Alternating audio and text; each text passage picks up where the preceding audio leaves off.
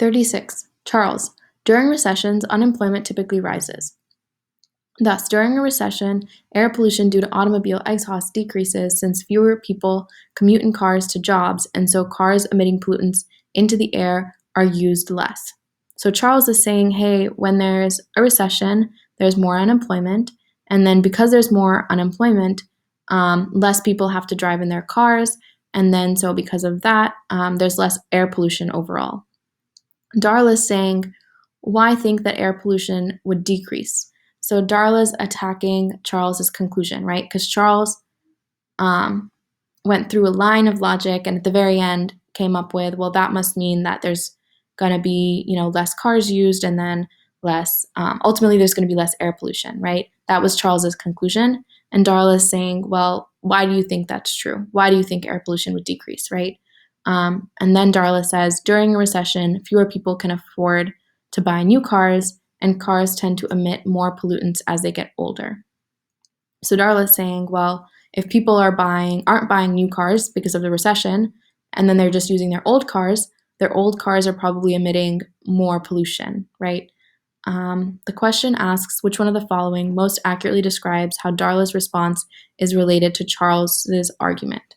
So we're looking at Darla's response and how it's related to Charles's argument. Well, Darla begins by attacking Charles's conclusion and then gives evidence for it, right? Let's see. A, it calls into question the truth of the premises that Charles uses to support his conclusion. I don't think that's it because I think Darla is, I don't think Darla is directly attacking any of Charles's premises, right? His premises is that, unemployment rises, right? I don't think Darla would necessarily disagree with that. We don't know. And then, Charles also says that fewer people commute in cars to jobs. Darla doesn't really say anything about that. Charles really, his conclusion, right, is that air pollution goes down. That's the conclusion over here, so we can circle that. So if that's the conclusion,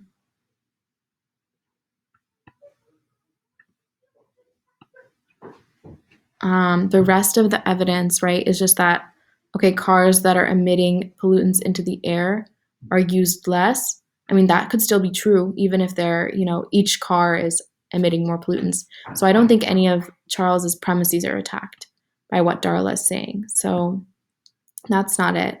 B, it makes an additional claim that can be true only if Charles's conclusion is false.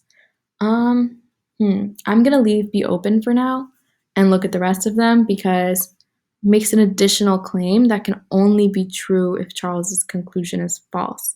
I don't think that's true, but we can come back to think about it if we don't like C, D, or E. C, it presents an additional consideration that weakens the support given to Charles's conclusion by his evidence.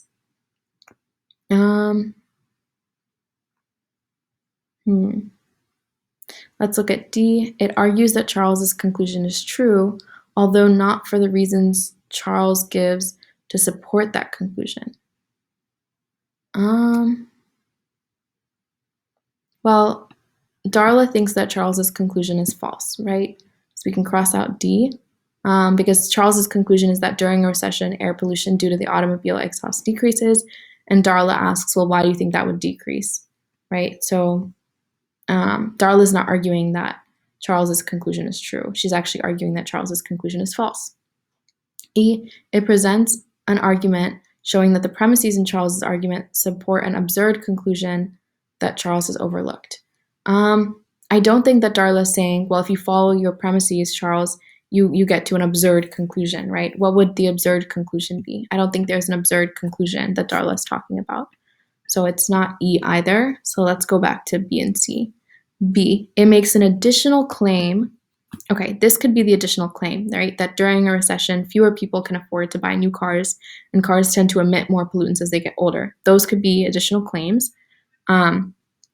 And can they only be true if Charles's conclusion is false? Let's see. If Charles's conclusion is false, that means that air pollution during a recession doesn't necessarily decrease, right? If it doesn't necessarily decrease, can Can Darla's claims only be true if the pollution doesn't decrease overall? I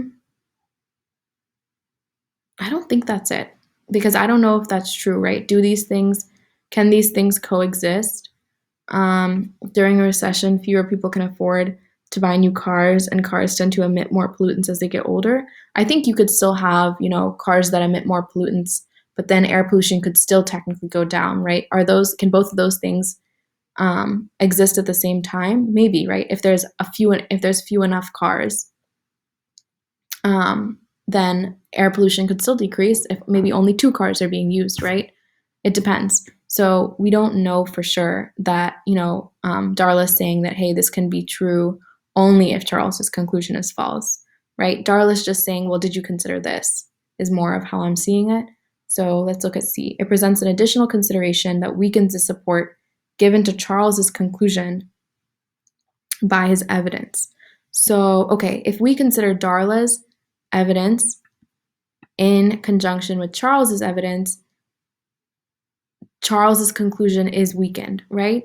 Because if we consider that, well, people, they don't buy new cars, the older cars that they're using, they're emitting more pollution, well, Charles's conclusion doesn't necessarily follow anymore, right? His conclusion that during a recession, air pollution goes down, well, we would wonder, it depends, right? It depends on how many old cars people are driving, whether they're emitting more pollution, what's going on with that. And so considering Darla's additional information does weaken the support given to Charles's conclusion by his own evidence, right? So C would be our answer here for 36.